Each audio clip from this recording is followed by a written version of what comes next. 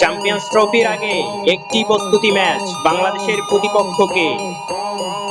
Champions ট্রফিতে খেলবে ৮ দল, এরই মধ্যে ৬ দলই এখন মাঠে ব্যস্ত। যে দুটি দলের ম্যাচ প্রস্তুতির অভাব তার একটি বাংলাদেশ। তবে ২০ ফেব্রুয়ারি ভারতের বিপক্ষে মাঠে নামার আগে একটি প্রস্তুতি ম্যাচ খেলার সুযোগ পাচ্ছে বাংলাদেশ দল। আজ চ্যাম্পিয়ন্স ট্রফির অফিসিয়াল ওয়ার্ম আপ ম্যাচের সূচি ঘোষণা করেছে আইসিসি, যেখানে বাংলাদেশের ওয়ার্ম আপ ম্যাচ আছে একটি, আফগানিস্তানের দুটি।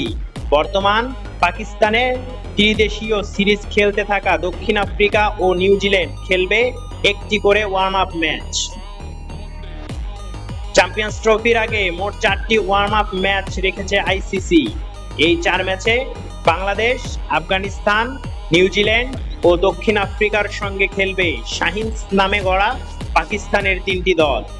17 ফেব্রুয়ারি দুবাইয়ে আইসিসি ক্রিকেট একাডেমি মাঠে বাংলাদেশের প্রতিপক্ষ পাকিস্তানের শাহিনস, যে দলটির নেতৃত্ব দিবেন মোহাম্মদ হারিস।